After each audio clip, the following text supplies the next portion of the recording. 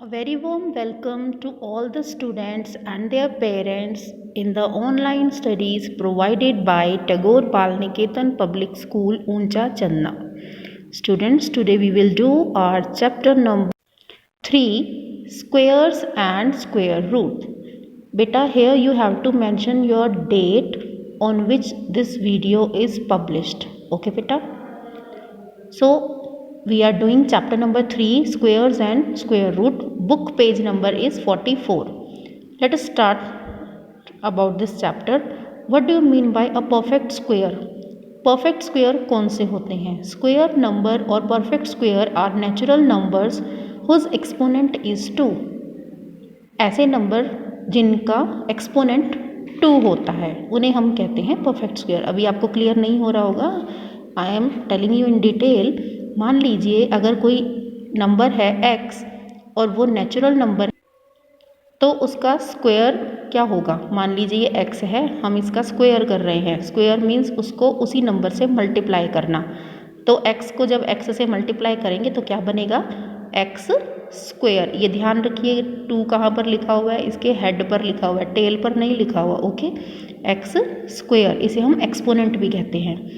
अब बिल्कुल ऐसा और एग्जाम्पल क्या होगा? मान लीजिए आपको 3 का स्क्वायर निकालना है, तो 3 raise to power 2 is equal to 3 multiply 3. 3 3 ज़ 9, तो ये है 9. 9 किसका स्क्वायर है? 3 का. ऐसे ही हम करेंगे 4 का square, that is 4 multiply 4 we get 16. तो ये 4 का परफेक्ट. बेटा आपको मैंने क्लास में पहले भी ये करवा रखे हैं. हमने क्या किया है 1 to 30 जो कि आपकी बुक में मेंशन है पेज नंबर 44 पर. अब हम नोटबुक में कितने लिखेंगे? अगर आपके पास यहाँ मार्जिन ज़्यादा है तो आप 30 लिख सकते हैं, नहीं है तो 25 लिखेंगे. ओके बेटा, तो किस तरह से लिखना है? आपने पेंसिल के साथ ये बॉक्स ड्रॉ करना है, उसके बाद हम इसे राइट डाउन करेंगे. हमने 1 से लेकर 25 तक नंबर सभी लिखे हैं. अब हम क्या कर रहे हैं? हमने किया है स्क्वायर. 1 into 1 इसे लिखते हैं 1 स्क्वायर. तो आंसर क्या आएगा? 1. You know 2 into 2 2 square, that is 4. मतलब नंबर को उसी नंबर से मल्टीप्लाई करना क्या कहलाता है? उसका स्क्वायर. तो आप ये अपनी नोटबुक में नोट डाउन करेंगे. जो कर चुके हैं वो रिवाइज करेंगे, फिर से करेंगे अपनी कॉपी में. ओके, और इनको लर्न भी करेंगे. तो बेटा ये आपको पता चल गया होगा, हम पहले भी कर चुके हैं. अब हम करते हैं सम्स को सॉल्व कैसे करना है.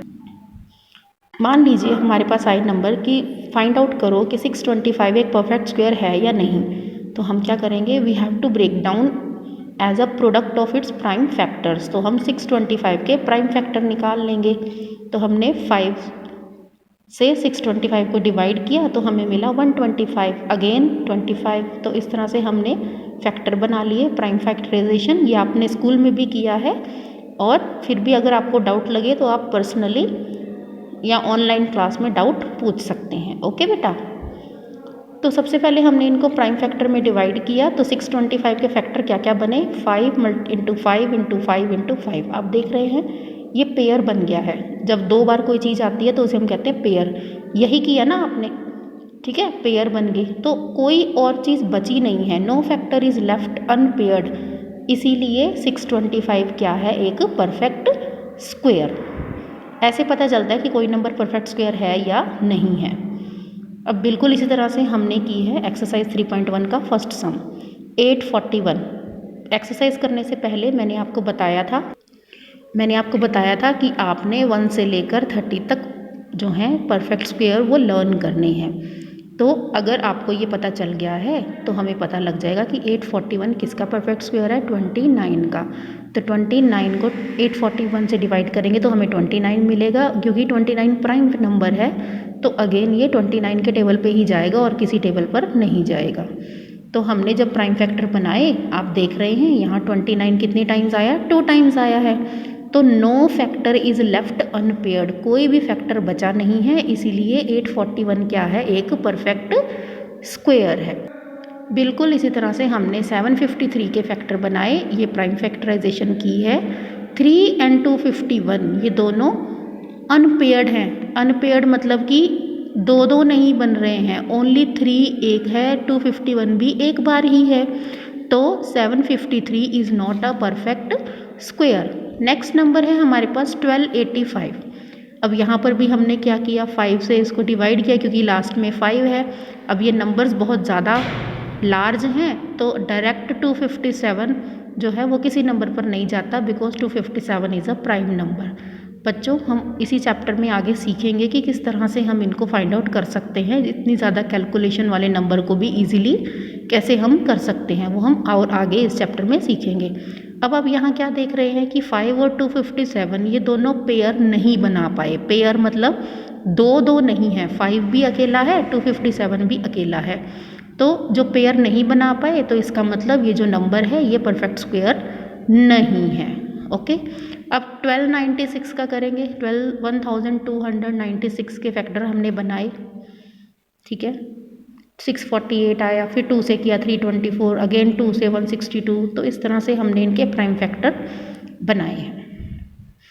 अब प्राइम फैक्टर बनाने के बाद आप देख रहे हैं ये हमने फैक्टर लिखे और ये हो गई इनकी पेयरिंग। तो कोई भी फैक्टर बचा नहीं है जिसका पेयर ना बना हो, इसलिए 1296 क्या है, एक परफेक्ट स्क्वायर है। 325 को हमने फिर ब्रेक डाउन किया फैक्टर्स में, तो क्या आया 5, 5 एंड 13। तो 5 तो बन गया पेयर और 13 रह गया अकेला। जब हम इनकी ग्रुपिंग कर रहे हैं तो हमें दिखा कि 13 अकेला रह गया है, इसीलिए ये एक परफेक्ट स्क्वायर नहीं है। इसके जो F और G पार्ट है ये आप अपने आप करेंगे। ओके बेटा, stay safe, stay at home, bye bye.